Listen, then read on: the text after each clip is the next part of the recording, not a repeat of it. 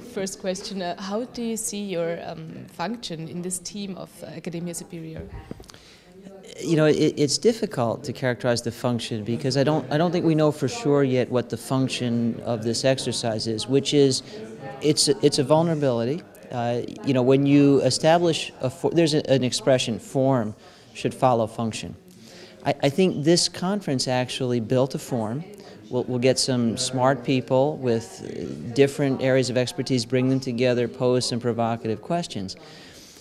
I think there's a vulnerability in not having clearly specified what the function of this whole thing is. What is it supposed to do? On the other hand, I think there's a great opportunity there as well. By creating a venue where there is a stimulus provided to smart people and then give them enough opportunity to explore a range of ideas, I think there's an opportunity that some really novel things will come out of this. So I think all of our functions really was to come here and think out loud. What do we care about? What are we passionate about? What in our area of work or in the world around us surprises us, stimulates us, excites us, worries us? And then I think the greater function, if you will, the meta function of all of this will be to act as have a filter so that the ideas can pass through and the areas of overlap can be identified. My hope is, I'm a pragmatist and I work in public health, so I want to actually get my hands on things that are broken and fix them. That's different for some other people. You know, if you work in theoretical physics, you're not thinking about the world that way, but I think about the world that way. So my hope is that these ideas will be turned into an action plan, and that the action plan will have a direct relationship to measurable improvements in quality of life, in the human condition. Here in Upper Austria, and ideally something great will be done here in Upper Austria that's an example to the rest of the world so that the benefits spread beyond here. So that's what I hope my function is. I hope what we're all doing, we all came here with a glass of water. That water is ideas. We poured it into the pump to prime the pump, and my hope is that a lot will flow out the other end, and it will be measurable in terms of improvement in the quality of life for people living here and elsewhere. But we'll see. This is really just the beginning of a process.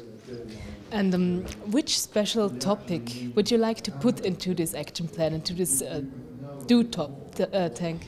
Well, you know, we tend to love what we know. It's hard to love what you don't know. And so my passions are tied up with my work in public health. I know that we could prevent most heart disease, most cancer, most strokes, most diabetes. We could do that if we took our knowledge and turned it into action.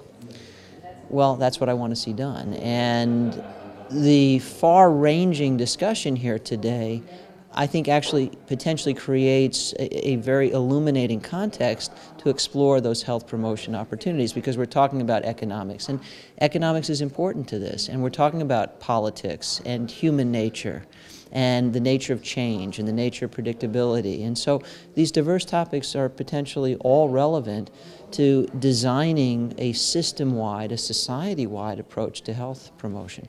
But see, I think if we can add years to life, and more importantly, life to years, we improve the human condition. We improve a sense of well-being and vitality. We improve human potential. We improve the net reservoir of human energy available to drive the economy forward, to take us to greater heights in our political achievements, to make the world a better place, frankly. So it's low-hanging fruit. The potential to improve the human condition by addressing health issues, it's right there. It's within reach. We could do it. I'm not sure that we yet know what we can do with theoretical physics, for example. You know, it may be that the time horizon is much longer. So I hope the action plan involves some things directly related to cultivating health and vitality, preventing chronic disease, creating more human potential, years of life, life in years, and the energy that really offers us the best prospect of a better world. So to say, you seem like being a great optimist. But as far as that, do you still sometimes come to experience these surprise factors as called today?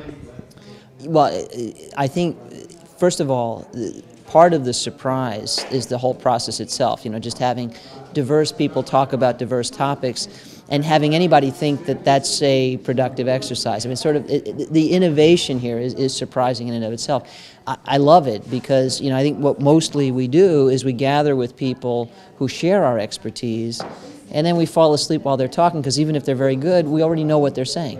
If you're an expert in an area and you gather with other experts in your area, if they say something you don't know, it means you haven't done your homework, right?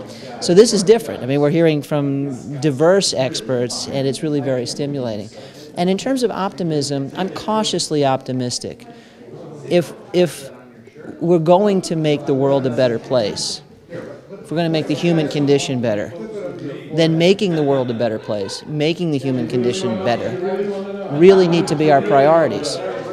If our priorities are to make as much money today as possible and tomorrow be damned, then that's going to prevent us from achieving our full potential. And there is a lot of that in the world, right? So I'm cautiously optimistic. I'm not naive. There are a lot of obstacles we have to get past to reach the prize. But I'm cautiously optimistic. Yes, I think we can reach the prize. I hope we do. Last question. How do you think, or do you think that such institutions like Academia Superior are very important for our society today? I think if Academia Superior really does have the ear of the regional government, and the government really takes ideas and develops them into an action plan, I think it's extremely important. I think it's a unique model. I think it can do incredible things here in Upper Austria, but again, I think it can serve as a model that could be replicated in other parts of the world. You know, essentially a think tank exercise, a process to take the ideas and filter them, and then a mechanism to turn the good ideas that go through the filter into action that can affect a large population, and then measure the impact that it actually has. If all those steps are followed, I think it's incredible. But I'm waiting to see what actually happens. You need to ask me again 5 years from now, I'll tell you.